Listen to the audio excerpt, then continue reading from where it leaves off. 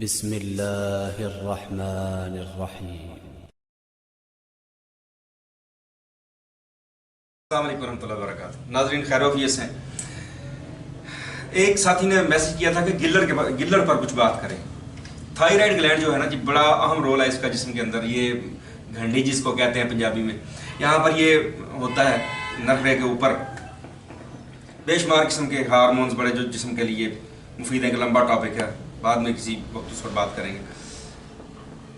اس کی دو کیفیات ہوتی ہیں، یا تو یہ بڑھ کے پھول جاتا ہے، یہاں تک لٹک آتا ہے، اور یا پھر یہ سکڑ جاتا ہے۔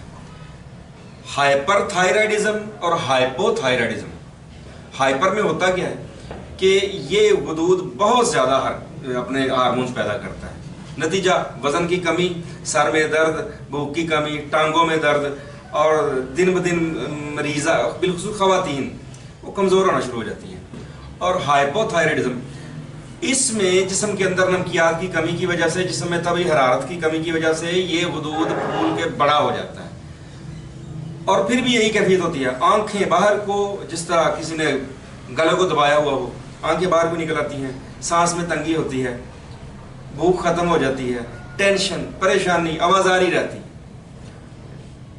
ادویات تمام پیتھیز میں اس کی موجود ہیں۔ ایک لمبا علاج ہوتا ہے، ہماری اربوپیتھی میں بھی یعنی طب یونانی میں بھی اس کا علاج ہے، لیکن لمبا ہے، پرہیز کرنا پڑتا ہے۔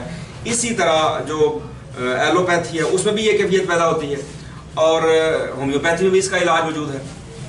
لیکن آج ہم روحانیات پر بات کریں گے۔ ہماری ایک بہن ہمارے پاس آئیں، انہیں ہائپر تھائرائڈزم کا مسئلہ تھا۔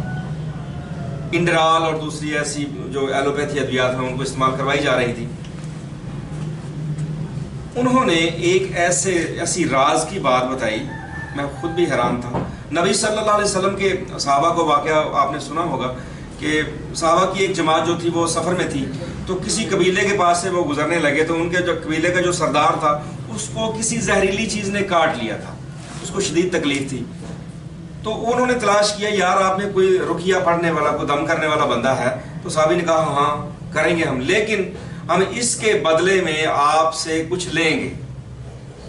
بہرحال قصہ مختصر، اس نے دم کیا اور بکریوں کا ریوڑ ان سے لیا اور لے کے نبی صلی اللہ علیہ وسلم کی خدمت میں حاضر ہوئے۔ آپ علیہ السلام نے پوچھا بھائی تم نے کیا پڑھا تھا؟ تو صحابی نے عرض کیا یا رسول اللہ صلی اللہ علیہ وسلم میں نے سورۃ فاتحہ پڑھ کے دم کیا تھا۔ سورۃ فاتحہ اسم اعظم ہے یہ۔ تو وہ ہماری بہن بتانے لگی کہ میں نے، وہ ڈاکٹر نے کہہ دیا تھا کہ ساری زندگی آپ نے دوائیاں کھانی ہیں، تو میں بہت پریشان تھی کہ دوائیاں کس طرح میں افورڈ کر سکوں گی۔ اللہ پر توکل کرتے ہوئے، اللہ پر یقین محکم کرتے ہوئے فرمانے لگی کہ میں ہر روز فجر کی نماز کے بعد یہاں پر ہاتھ رکھ کے اول آخر درود ابراہیمی 3 سے 7 بار، اور کم از کم 21 بار سورہ فاتحہ یا 41 بار سورہ فاتحہ پڑھتی۔ پھر میں اس کو پھونک کرتی اور پھونک لگا کے یہاں پر ہاتھ رکھ لیتی، اور اللہ پہ توکل کرتے ہوئے میں نے تقریباً 2 ماہ یہ دم کیا۔ 2 ماہ کے بعد اسی ڈاکٹر کے پاس گئی، اس نے میرے اس چیز کو، گلڑ کو دیکھا تو وہ بالکل نارمل تھا۔ پھر اس نے میرے ہارمونز کا ٹیسٹ کیا، TSH ہارمونز جو ہیں، تھائرائڈ سٹیمولیشن ہارمونز جو ہیں، ان کا ٹیسٹ کیا تو بالکل نارمل تھے، الحمدللہ بالکل 100%۔ وہ حیران تھا، وہ پوچھنے لگا کہ آپ نے کون سی دوائی استعمال کی ہے؟ تو کہنے لگے میں نے دوائی نہیں، میں نے دعا استعمال کی ہے۔ کون سی؟ نبی صلی اللہ علیہ وسلم کی سنت کے مطابق سورہ فاتحہ کا دم کیا ہے تقریباً 2 ماہ۔ تو ناظرین جس کو بھی اس کی ہائپو تھائرائڈزم ہو یا ہائپر تھائرائڈزم ہو، دونوں صورتوں میں سورۃ فاتحہ کا دم جو ہے مسلسل یقین محکم کے ساتھ یہ کریں تو انشاءاللہ اللہ کے فضل و کرم سے یہ جو گلڑ ہے یہ بالکل ختم ہو جائے گا۔ اللہ کی رحمت سے دعا میں یاد رکھیے گا۔ السلام علیکم ورحمۃ اللہ وبرکاتہ۔